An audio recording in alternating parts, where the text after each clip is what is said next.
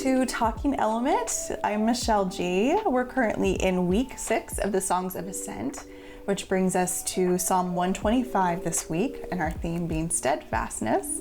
And I'm happy to be joined here by my friend Allison Anderson. Hi. So Allison, why don't you tell everyone a little bit about yourself?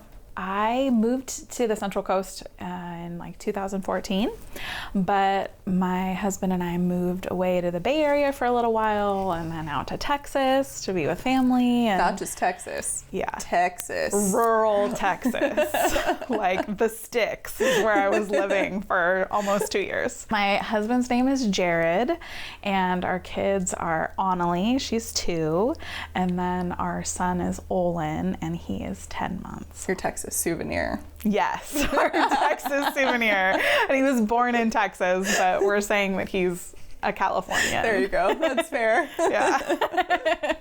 And we moved back here almost 5-6 months ago and plugged back into Element here and excited to be back. We're very happy to have you back. Thanks. So Allison, I'm going to kick us off by going through the psalm for this week. So again, this is Psalm 125. This is the Message translation.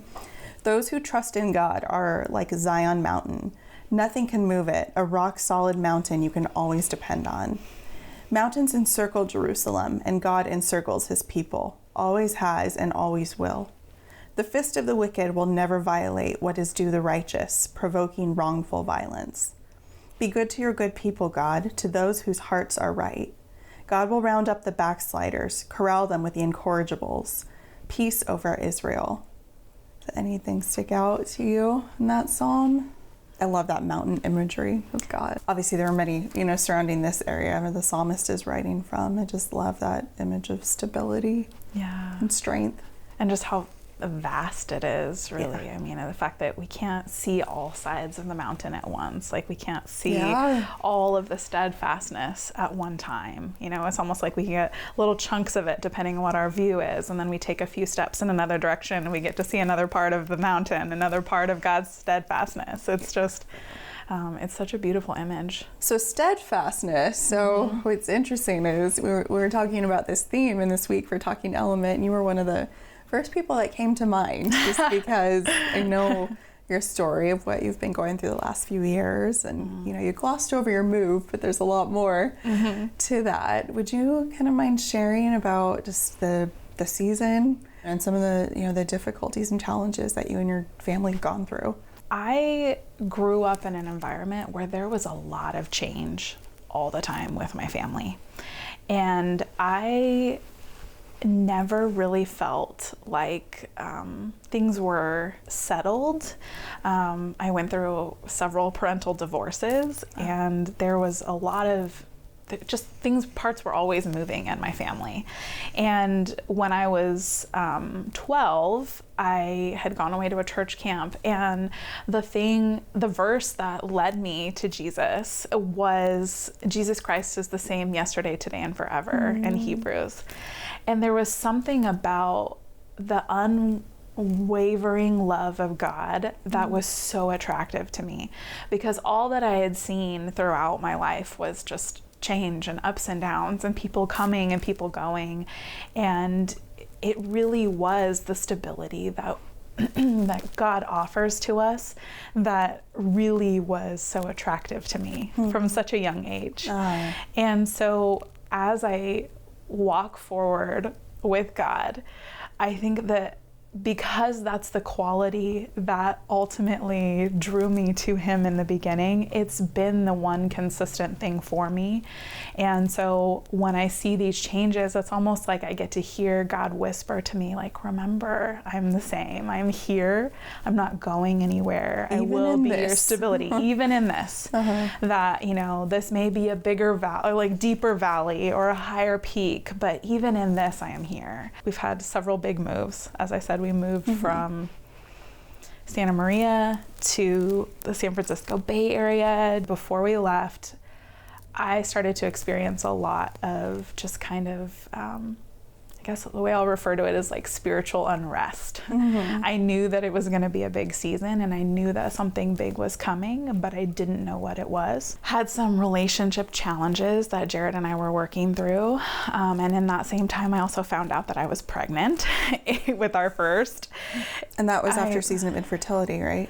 So we had struggled for about a year to get pregnant. And so we had decided before we moved up to the Bay Area that what we were gonna do is take a break and funny how that works. Yeah, just, not worry about it, give my body a chance to rest and heal, and at a later time we'll revisit the conversation. But no, God had different plans.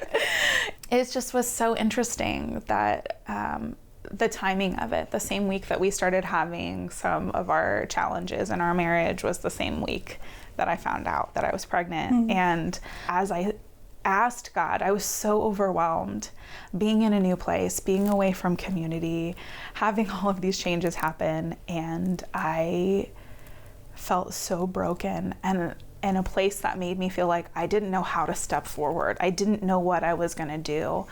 And God reminded me in that time that I didn't have to worry about the circumstances. It's inevitable that circumstances were going to change, that there's going to be hard seasons. And I didn't have to try to figure that out. I didn't have to sit there and figure out how I was going to resolve everything, because I love to be in control. I love to take things into my own hands. And I think that God is so sweet in saying, can you trust me? Can you trust what we've built? Can you trust that I have what's best for you in mind, that I love you and I'm not going to allow harm to come to you, and it is going to be okay? Do you trust my character? Because you know from the very beginning that my character is unchanging. And that was what carried me through that season. Every time that it was hard, it was like, I don't know how I can trust that things are not going to fall apart, but I can trust God.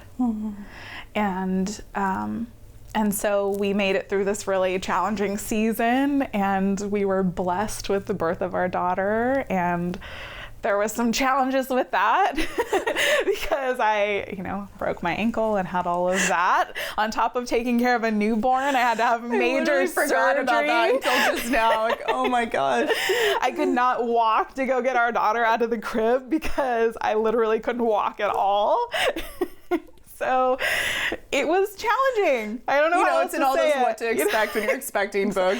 I missed that chapter. I'm pretty sure they took that chapter out of my what to expect book. Yeah, I think we made it through that season, and it really strengthened our marital relationship. I think it really strengthened my walk with the Lord, and we have this experiential knowledge of grace now that has just been so beautiful. As one of the beautiful gifts from that season. That's why we named our daughter Annalie. It means grace. And that was what we got to carry with us when we went to Texas and went through these really big family struggles. My dad was diagnosed with cancer, and that's why you went out there, right? My dad and stepmom sold their home.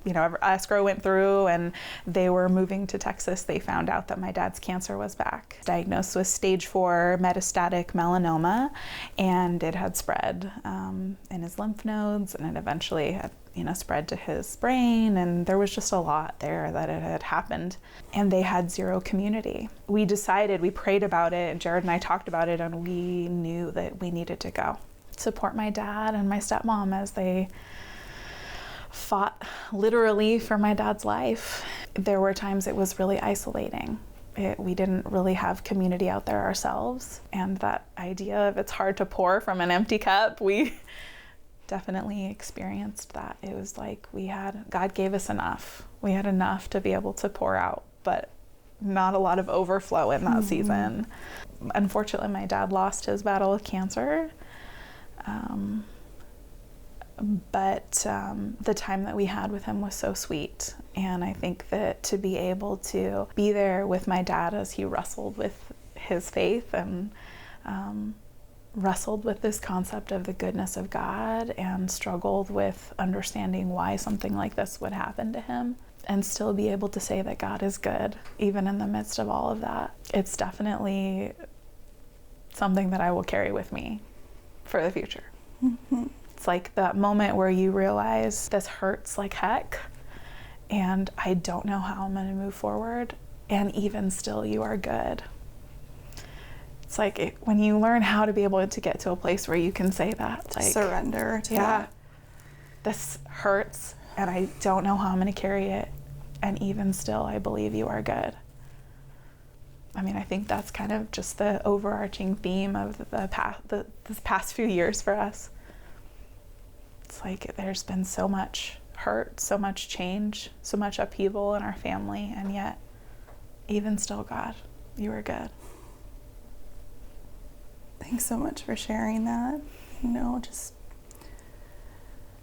how raw some of that pain still is, and I appreciate you sharing from your heart like that. It's really, truly inspiring to be, a friend to you and in the same church body, and to see not just your individual steadfastness, but your family steadfastness in the way really that's been modeled to your kids at such a young age. Like, that's powerful. They're going to look back and they're going to want to know the whys behind this crazy story of you leaving the Bay Area for rural Texas, and to tell them what we feel God led us here.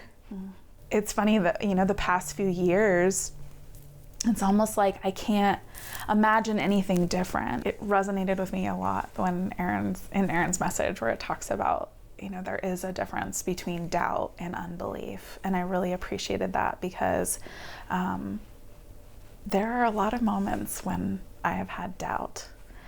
And I think that the enemy likes to say, if you're doubting God, then you're not believing in him. Mm-hmm. And there's that portion and heaping of shame that I think can come with that. And I think that the moments where I've had doubt in my walk have been some of the most beautiful moments, because it gives me an opportunity to be able to walk forward with God and to be able to get answers from him.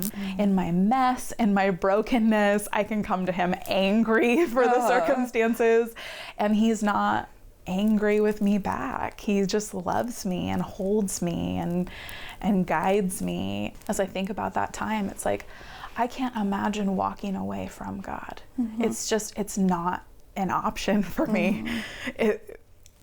He is the one thing that the one person that will always be in my life. So now that you're back, and I know we've talked about how you're excited to get back into gospel community, because that was something that was important to you before you guys left Element, and now you're coming back. What do you anticipate as far as community, impacting your journey of steadfastness? How does community either help or hinder that process? Overall, I can say that community is such a blessing.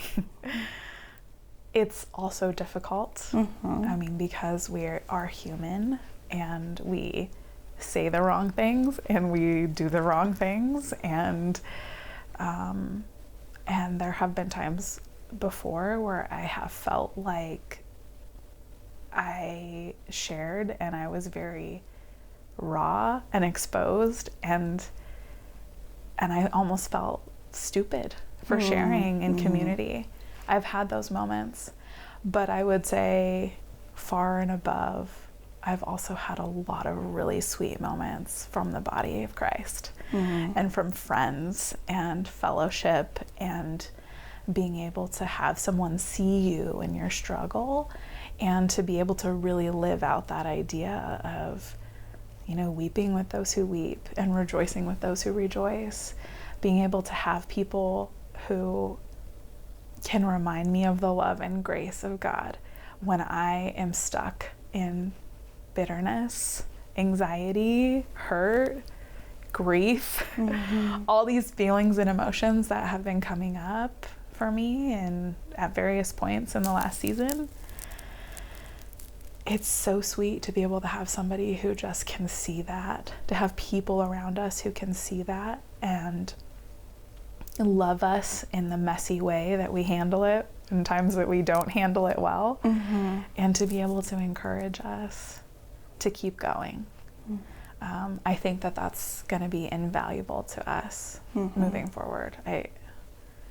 I'm so grateful for that here, and I'm excited for the opportunity to get connected to a gospel community, and for our children too. I mean, our children have really only known isolation, and I mean, my daughter, since we've moved back, has just been learning what it means to make friends and going to church, making friends at church. I mean, it's really sweet to see her learning how to navigate all of that as well. Yeah. So I'm excited to be able to have our kids learn about this, and as we still figure it out. I mean, I don't think we have it right either. Thank you for that. I love that. Just a very honest answer, because it is risky. Yet you're right. It's like, in spite of those risks, there's something so sweet about being together, about how God created us to share in the joy and pain with the people around us. And hopefully with Jesus at the center, we get it right, you know, as right as we can on a human level. But I love that you guys are committed to that notion of community, that you understand the value of that. Absolutely.